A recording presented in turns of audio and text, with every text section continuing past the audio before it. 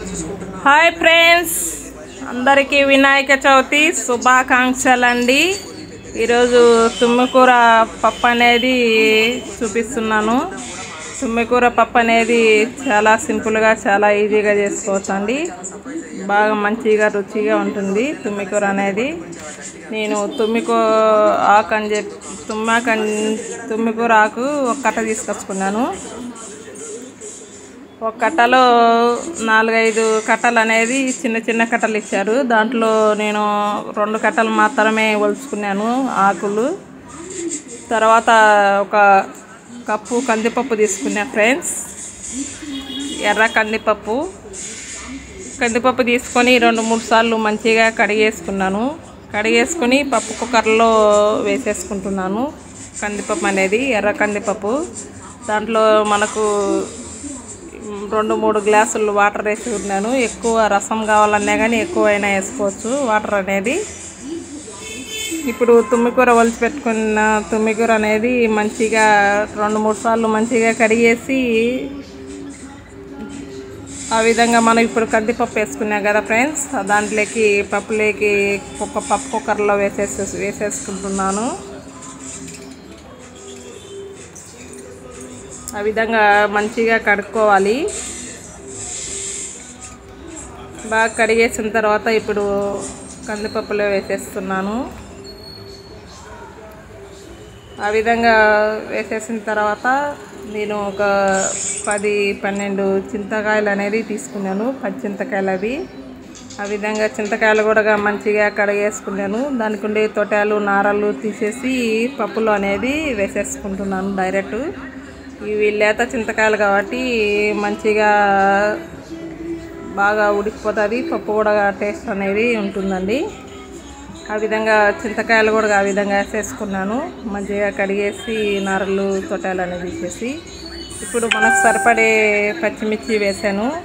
దాంట్లోనే 3 టమాటాలు కట్ చేసి వేసుకుంటున్నాను.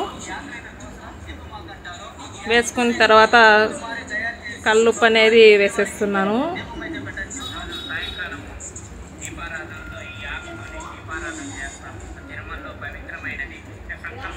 మనకు సాల్ట్ సరిపోకన్నా కానీ పప్పు అనేది రుబ్బేసుకునేప్పుడు పోపు వేసేటప్పుడు చూసి మళ్ళీ అయినా వేసుకోవచ్చు. 1 స్పూను పసుపు అనేది వేసేసుకున్నాను ఫ్రెండ్స్. ఇది కానీ వినాయక చవితి రోజు కుంటికూర పప్పు చేసుకొని తింటే కన్నా మంచిదని ఆరోగ్యానికి. ఇదే నేను ఫస్ట్ టైం పప్పు చేయడము. టేస్ట్ అనేది సూపర్గా ఉంటుందండి. చిన్నపిల్లలు కానీ పెద్దలు కానీ మన ఫ్యామిలీ మొత్తం అంతా తినేదానికి మంచిగా ఉంటుంది. ఇప్పుడు 7-8 విజిల్లు వచ్చేసింది. బాగా ఆవిరి తీసేసిన తర్వాత నేను పక్కకి కొన్ని వాటర్ అనేది పప్పులో వాటర్ అనేది పక్కకి ఉంచేసాను. ఆ విధంగా పచ్చిమిర్చి టమాటాలు మంచిగా బాగా మెదిగిపోయేటట్టు పప్పు అనేది రుబ్బి పక్కకు పెట్టుకోవాలి. ఇప్పుడు స్టవ్ దగ్గరికి వెళ్ళి కడాయి పెట్టేసి మనకు పోపు సరిపడే ఆయిల్ అనేది వేసేసుకుంటున్నాను. దాంట్లో కొన్ని ఆవాలు, జీలకర్ర, ఉల్లిపాయ ముక్కలు అనేది సన్నగా కట్ చేసి వేసేసుకుంటున్నాను ఫ్రెండ్స్. ఆ విధంగా అనేది పోపు అనేది రెడీ చేసుకుంటున్నాను. పప్పు అనేది టేస్ట్ మంచిగా ఉంటుందండి, కమ్మగా ఉంటుంది. మీరు కూడా చేసుకొని తిని ఎలా ఉందో కామెంట్ పెట్టండి. ఆ విధంగా మామూలుగా హైలోనే పెట్టేసి మనం కలుపుతూ ఉంటే కన్నా ఉల్లిపాయ ముక్కలు అనేది మంచిగా వేగిపోతాయి. ఇప్పుడు 2 రెమ్మలు కరివేపాకు అనేది వేసేస్తున్నాను. ఆ విధంగా చిటపటలాడేటట్టు మంచిగా పోపు అనేది రెడీ చేసుకోవాలి. ఒక 2-3 ఎండుమిర్చి కూడా వేసాను పోపులో. ఆ విధంగా బాగా వేగిపోయిన తర్వాత మనము ఇప్పుడు రుబ్బి పెట్టుకున్న పప్పు, దాంట్లో రసం కావాలంటే పప్పు కొంచెం రసమైన కలుపుకోవచ్చు. నేను కొంచెం పప్పు అనేది గట్టిగా పెట్టేసుకున్నాను.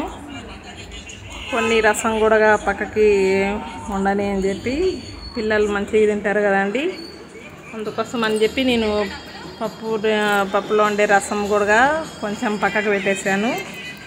ఆ విధంగా మంచిగా పోపు అనేది ఏం చేసుకోవాలి.